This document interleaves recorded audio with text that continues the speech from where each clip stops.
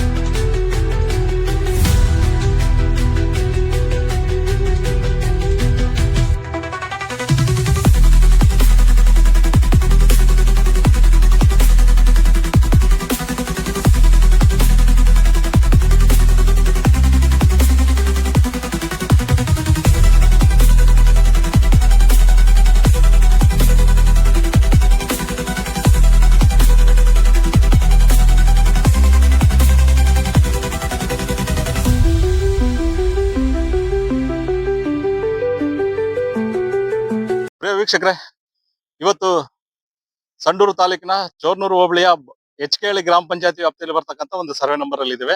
ಇದೇ ನಮ್ಮ ಸಂಡೂರಿಗೆ ಒಂದು ಕಳಂಕ ಹತ್ತಿರೋದೇನಂತ ಹೇಳಿದ್ರೆ, ಅಕ್ರಮವಾಗಿ ಗ್ರಾವಲ್ಗಳನ್ನ ತೆಗೆದು ಗುತ್ತಿಗೆ ಪಡೆದಿರ್ತಕ್ಕಂಥ ರಸ್ತೆಗಳನ್ನ ಅಭಿವೃದ್ಧಿ ಪಡಿಸುವಂತದ್ದು.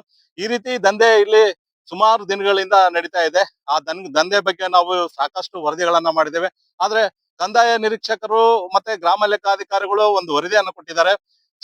ಚನ್ನಬಸಯ್ಯ ಅನ್ನೋರು ಎರಿಸಮೆ ಅನ್ನೋ ಗುತ್ತಿಗೆದಾರನಿಗೆ ಮಾರಾಟ ಮಾಡಿದ್ದು ನಿಜ ಇರುತ್ತೆ ಅಂತಂದೇಳಿ ಕಂದಾಯ ನಿರೀಕ್ಷಕರು ವರದಿ ಕೊಟ್ಟಿದ್ದಾರೆ. ಆದ್ರೆ ಇಲ್ಲಿವರೆಗೂ ಸಂಡೂರಿನ ತಹಶೀಲ್ದಾರ್ ಅನಿಲ್ ಕುಮಾರ್ ಅವರು ಯಾವ ಕಂದಾಯ ಕಾಯ್ದೆಯನ್ನು ಉಲ್ಲಂಘನೆ ಮಾಡಿದ ಸತಿ ಇಲ್ಲಿವರೆಗೆ ಏನ್ ಕ್ರಮ ತಗೊಂಡಿದ್ದಾರೆ ಅನ್ನೋದೇ ಗೊತ್ತಿಲ್ಲ.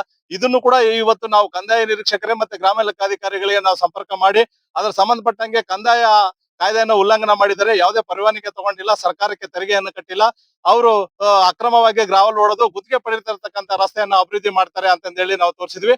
ಹಾಗೇನೆ ಈಗ ಆ ಜಾಗದಲ್ಲಿ ಪ್ರತ್ಯೇಕ ವರದಿಯನ್ನು ತೋರಿಸಲಿಕ್ಕೆ ನಿಮಗೆ ಪ್ರಯತ್ನ ಮಾಡ್ತೇನೆ. ಇದು ಗ್ರಾವಲ್ ಇರುವಂತದ್ದು, ಗ್ರಾವಲ್ದು ಇದು ದೊಡ್ಡ ದಂಧೆ ಆಗ್ಬಿಟ್ಟಿದೆ.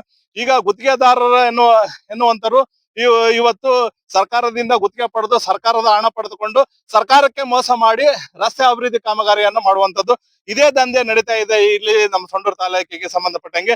ಆದ ಕಾರಣ ಈ ಕಂದಾಯ ಗ್ರಾಮ ಅಂತ ಹೇಳಿದ ಕೂಡಲೇ ನಮ್ಮ ಸಂಡೂರು ತಾಲೂಕಿನ ತಹಶೀಲ್ದಾರ್ ಅವರು ಯಾವುದೇ ರೀತಿ ಇದುವರೆಗೆ ಯಾವ ಅಕ್ರಮ ಗ್ರಾವಲ್ ಹೊಡೆದಿರ್ತಕ್ಕಂಥ ವ್ಯಕ್ತಿ ವಿರುದ್ಧ ಕಾನೂನು ಕ್ರಮ ಜರುಗಿಸಿರೋದು ನಮ್ಮ ಗಮನಕ್ಕಂತ ಬಂದಿಲ್ಲ. ಆದ್ರೆ ನಾವು ಸಂಬಂಧಪಟ್ಟ ಇಲಾಖೆಯಿಂದ ದಾಖಲೆಗಳನ್ನ ತಗೊಂಡು ಕಂದಾಯ ನಿರೀಕ್ಷಕರು ಮತ್ತೆ ಗ್ರಾಮ ಲೆಕ್ಕಾಧಿಕಾರಿಗಳು ವರದಿಯನ್ನ ಆಧರಿಸಿ ಇವತ್ತು ವರದಿಯನ್ನ ಮಾಡ್ತಾ ಇದೀವಿ. ಇಲ್ಲಿ ಮೇಲ್ನೋಟಕ್ಕೆ ಕಂಡು ಬಂದಿರುವಂತದ್ದು ಏನಂತ ಹೇಳಿದ್ರೆ, ಈ ಸರ್ಕಾರದಿಂದ ಗುತ್ತಿಗೆ ಪಡೆದುಕೊಂಡು ರಸ್ತೆ ಅಭಿವೃದ್ಧಿ ಮಾಡ್ತೇವೆ ಅಂತಂದೇಳಿ ಗುತ್ತಿಗೆ ಪಡೆದುಕೊಂಡು ಸರ್ಕಾರದಿಂದ ಹಣ ತೆಗೆದುಕೊಂಡು ಈಗ ಸರ್ಕಾರಕ್ಕೆ ಮೋಸ ಮಾಡುವಂತದ್ದು ಇದೆಂತ ವಿಪರ್ಯಾಸ ಅಂತಾನೆ ಗೊತ್ತಾಗ್ತಾ ಇಲ್ಲ. ಆದ್ರೆ ಇಲ್ಲಿ ಎಲ್ಲಾ ಅಧಿಕಾರಿಗಳು, ಕಂದಾಯ ಅಧಿಕಾರಿಗಳು ಮಾತ್ರ, ತಾಲೂಕು ದಂಡಾಧಿಕಾರಿಗಳು ಮಾತ್ರ ಕಣ್ಮುಚ್ಚಿ ಕೂತ್ಕೊಂಡಿರೋದು ಮೇಲ್ನೋಟಕ್ಕೆ ಕಂಡು ಬರುತ್ತದೆ. ಇದು ಯಾವುದೇ ಕಾರಣಕ್ಕೆ ಅವ್ರ ಗಮನಕ್ಕೆ ಬರೋದಿಲ್ಲ. ಗಮನಕ್ಕೆ ಬರುವಂತ ಕೆಲಸ ಎಲ್ಲಾ ಮಾಡೋದ್ರ ಸತಿ ಇಲ್ಲವರೆಗೂ ಸರ್ಕಾರಕ್ಕೆ ಆಗ್ತಕ್ಕಂಥ ಬಕ್ಕಸಕ್ಕೆ ನಷ್ಟವನ್ನು ಇವತ್ತಿನವರೆಗೂ ಬರ್ಸೋಕಂತ ಕೆಲಸ ಮಾಡಿಲ್ಲ. ಇನ್ನು ಮುಂದಿನ ದಿನದಲ್ಲಿ ಆದ್ರೂ ಇಂಥ ಅಕ್ರಮಗಳಿಗೆ ಕಡಿವಾಣ ಹಾಕಿ ಸರ್ಕಾರದಿಂದ ಗುತ್ತಿಗೆ ಪಡೆದುಕೊಂಡು ಸರ್ಕಾರಕ್ಕೆ ಮೋಸ ಮಾಡುವಂತವ್ರನ್ನ ವಿರುದ್ಧ ನಿರ್ದಾಕ್ಷಿಣ್ಯ ಕ್ರಮ ತೆಗೆದುಕೊಳ್ಬೇಕು ಅನ್ನೋದು ನಮ್ಮ ಕಳಕಳಿ ಆಗಿದೆ.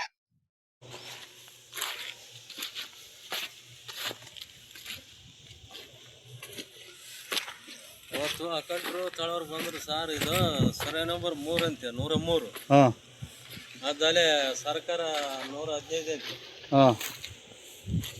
ಆ ಕಡೆ ಇದ್ರ ಕೆಳಗಡೆ 102.